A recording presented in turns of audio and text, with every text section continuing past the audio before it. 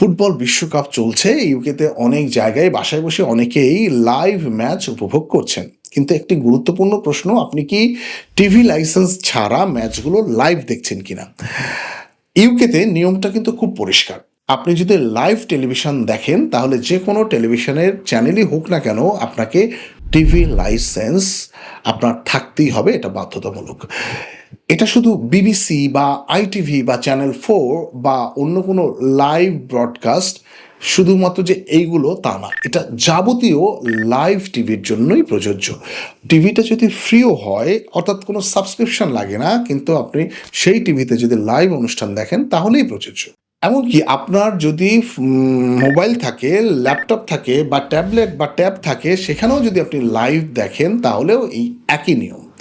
এবং important update হচ্ছে, ইউটিউবে অনেক সময় আমরা লাইভ স্ট্রিমিং দেখি, অর্থাৎ সরাসরি কোনো কিছু অনেক সময় স্ট্রিম করে ইউটিউবের কোনো চ্যানেল। যদি আমরা সেটা দেখি তাতেও কিন্তু আমাদের আইন অনুযায়ী টিভি লাইসেন্স লাগতে পারে।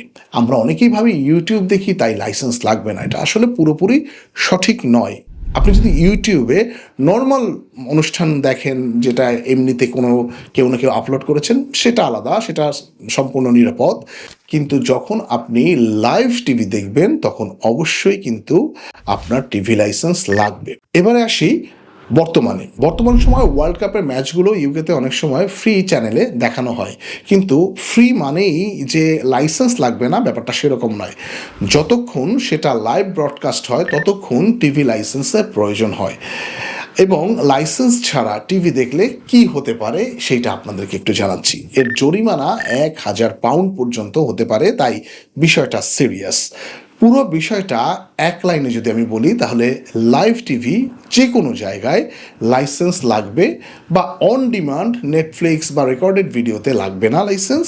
তাই আপনি যদি ওয়ার্ল্ড কাপের লাইভ উপভোগ করেন এবং আপনার, তাহলে নিশ্চিত হতে হবে যে আপনার টিভি লাইসেন্স আছে কিনা।